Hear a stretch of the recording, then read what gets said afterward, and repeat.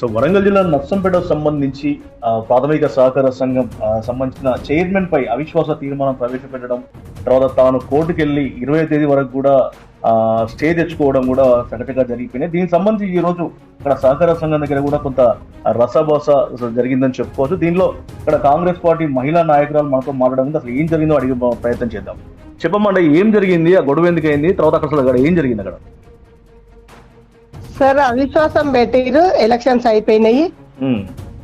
అయిపోయిన తర్వాత మేము ఆ క్రమంలో బయటకు వస్తున్న క్రమంలో తనను అయిపోయింది కదా, మళ్ళీ ఏదైనా అవసరం ఉంటే ఎవరు కూర్చుంటారు, మళ్ళీ మన తీర్పు వచ్చే వరకు ఎవరికి ప్రజెంట్ పనిచేస్తారని నా పక్కన ఒక క్యాండిడేట్ అడగడం జరిగింది.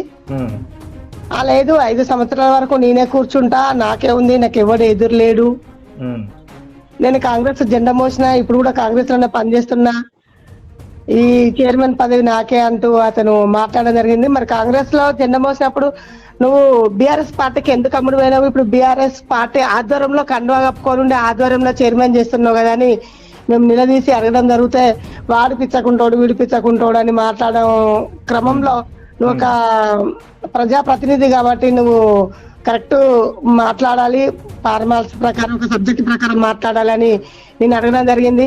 దానిపైన నువ్వెవరివే అడగటానికి, అసలు నువ్వెవరివే అని ఇంకో మాట కూడా, ఒక మహిళని చూడకుండా కూడా ఇంకో మాట వదిలిపెట్టడం జరిగింది. ఆ క్రమంలో నేను అక్కడ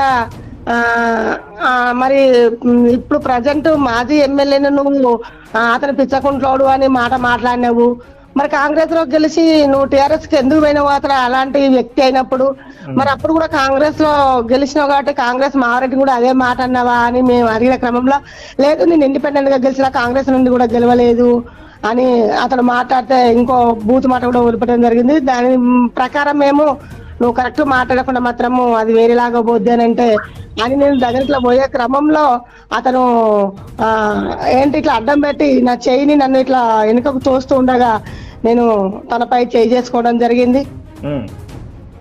తను మాట్లాడే మాటలు అసభ్యంగా ఉండడం వల్ల మేము జీర్ణించుకోలేకపోయినాము. అతడు కాంగ్రెస్ లో కనీసము టీసీ నెంబర్ గా తను నామినేషన్ చేయడానికి కూడా డబ్బులు లేవు. ఆ క్రమంలో కూడా మా కాంగ్రెస్ పార్టీ నాయకులమే మేము అతనికి డబ్బులు ఇచ్చి మేము టీసీ నెంబర్ గా తీసుకోవడం కట్టేయడం జరిగింది.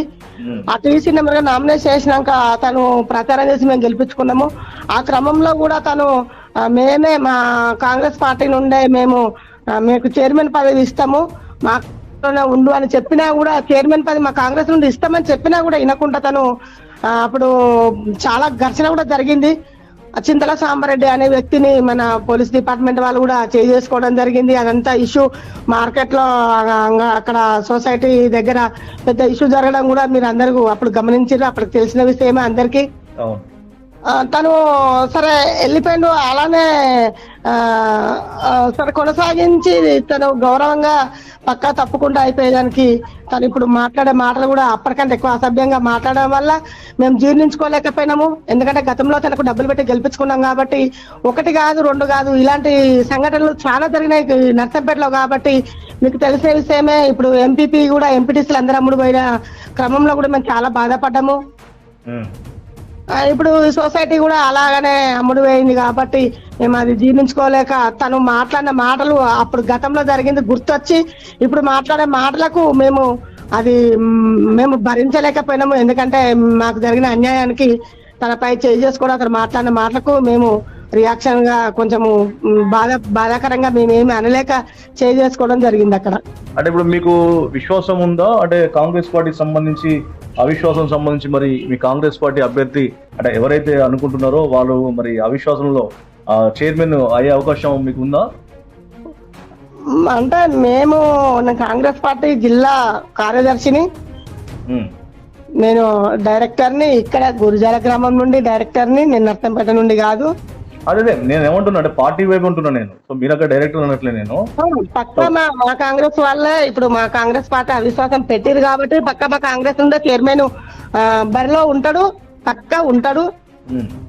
ఎందుకంటే తను దానికి అర్హుడు కాదు, అర్హత కూడా లేదు కాబట్టి ఇప్పుడు ప్రజెంట్ 20వ తారీఖు వచ్చిందంటే ఆటోమేటిక్ గా అది అందరికీ తెలిసిపోయే విషయమే, తెలుస్తుంది కూడా. ఇప్పుడు బరిలో ఉండేది మాత్రం ఖచ్చితంగా పక్కా కాంగ్రెస్ చైర్మన్ ఉంటాడు, మాకు నమ్మకం ఉంది. ఓకే, సో మొత్తానికి అయితే అక్కడ సంబంధించినటువంటి ఫోటో కూడా అయితే వైరల్ గా మారింది. ఆ చెప్పుతో సంబంధించినటువంటి కొడుతున్నట్టుగా ఒక ఫోటో అయితే ఉన్నది. సో దానికి సంబంధించి అయితే కూడా కాంగ్రెస్ పార్టీ సంబంధించి గెలిచి బీఆర్ఎస్ పార్టీకి పోయి మళ్ళీ ఈ రోజు అవిశ్వాసం పెట్టిన తర్వాత నేను కాంగ్రెస్ పార్టీ చెందిన వ్యక్తిని అని చెప్పి అని మాట్లాడుతున్న క్రమంలో మరి అక్కడ బండారు మంజులకు సంబంధించి కొన్ని అనుచిత వ్యాఖ్యలు చేయడం వల్లే తాను దాడి చేశారని చెప్పడం అయితే మనము వినవచ్చు. సో మొత్తానికి అయితే ఈ ఎపిసోడ్ 20వ తేదీ సంబంధించి మరి ఎవరు అవిశ్వాసం మరి వీగుతుందా, లేకపోతే నెగ్గి మరి ప్రస్తుత కాంగ్రెస్ పార్టీకి సంబంధించినటువంటి ఆ వ్యక్తిగత చైర్మన్ గా కూర్చోబోతున్నారని మాత్రం మనం వేచి చూడాలి. ఓకే, థ్యాంక్ యూ అండి. Thank you sir.